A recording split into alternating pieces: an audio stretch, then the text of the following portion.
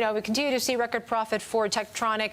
I think the big concern during the first half was the slowdown in earnings growth. Are we getting used to this kind of mid to low double-digit growth? Is that what it is? I think we dispelled the notion of a slowdown. The second half was spectacular. We finished the year, sales up 10, gross margin was up another 50 basis points to a record 36.2, Yvonne, and our net profit was up 15 points.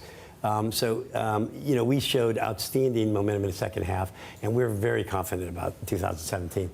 So our cash flow more than doubled last year. You say you're optimistic about 2017, which was, I thought, very interesting because, you know, you have prided yourself of your business in Asia. You know, you started off with building factories here in Hong Kong, then in Guangdong, China. Now you might be in the potential list of President Trump, you know, for bringing jobs back to America. Are you concerned about any type of potential border tax adjustment? No, I think what people miss is that we still have 1 million square feet of manufacturing capability in the United States. We have 5 manufacturing facilities in the U.S. poised and ready to go. If there's any issue here with border tax, it'll affect all of our competitors because they all manufacture in Asia, and we believe we're positioned to move most quickly. So we have no concern at all. And our manufacturing capability in China, which is world-class, is structured to supply the rest of the world: Canada, Australia, Europe, Latin America. So, you know, there's a lot of countries beyond the U.S. that we serve. But if it's important for us to manufacture in the U.S., we're ready to do it, and the team is poised and ready to go. So you are considering now, you're saying now, you're actually possibly moving more production to the U.S. I wouldn't say move as much. Jobs. Well, by the way, we already have over 5,000 jobs in the U.S. This year we will hire over 500 graduates off U.S. college. You have 11,000 in China, though, right? We do. Yes, and if we need to ramp that up, we'll do it in the U.S. But, you know, let's see what the laws are first. The important thing about TTI is not where we manufacture goods. It's our string of unbelievable new product development. Our innovation is the reason why we're driving record results. Our cordless products are selling like crazy, both in Milwaukee and Ryobi. And so, you know, we're so optimistic about the future because of our new product leadership.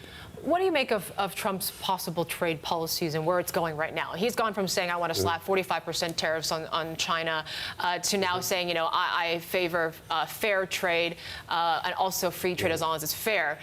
What are you looking for out of the Trump administration? I look for my TTI organization to deliver outstanding results. I don't worry about things I can't control.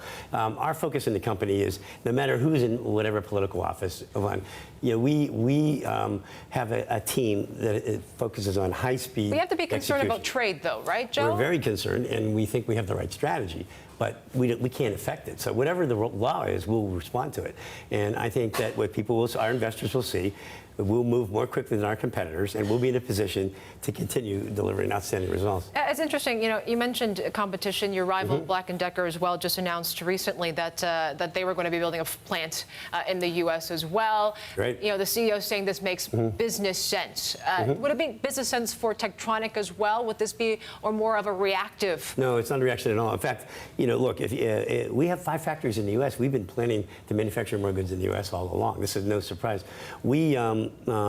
Because of the cost of freight, you offset that if we produce in the U.S. And we have highly automated manufacturing processes so that we can manufacture in the U.S. in a very competitive way and supply our U.S. customers. So, you know, it's not a reaction at all. We've been planning for a long time. We've always said we don't want to put all our eggs in one basket, and this is a good reason for that. We have manufacturing capability in Europe as well. You know, we have been careful not to focus just on one region for manufacturing. So if it was to move possibly production out of China, you mentioned Europe. Are there other areas that you would be looking into as well?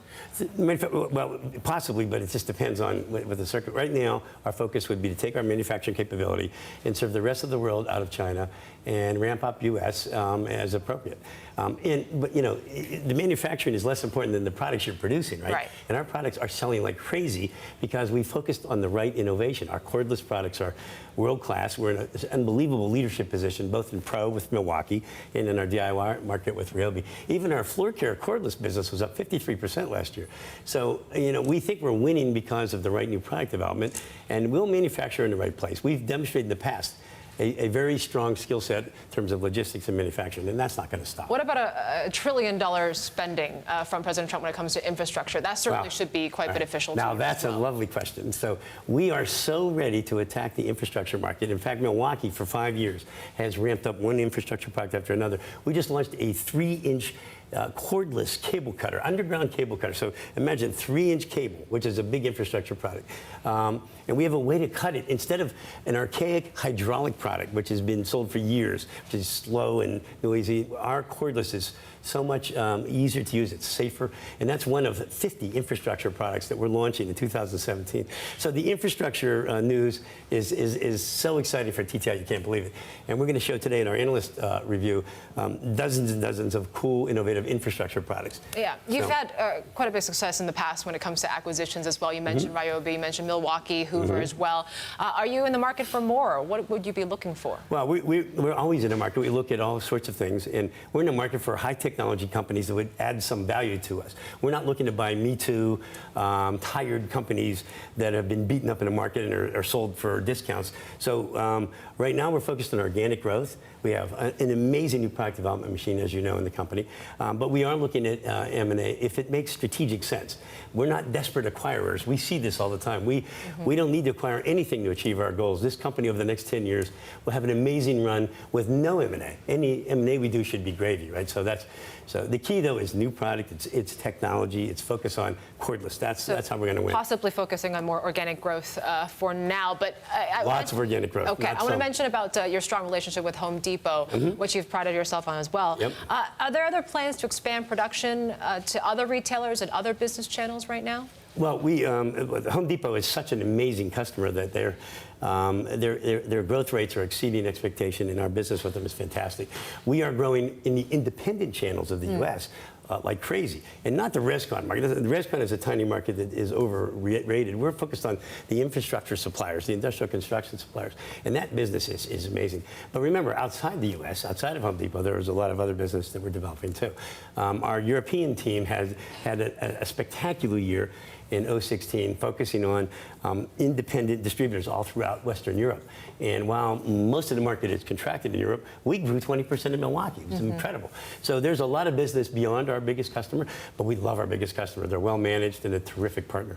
Joe, before I let you go, just for 2017, what do you think is going to be the biggest risk for your business? The biggest risk is our ability to hire enough engineers to execute the new products we have in the pipeline. Our new product pipeline is so stacked, it's overwhelming, it's mind-boggling. So right now I'm focused on hiring brilliant young engineers off the college campus.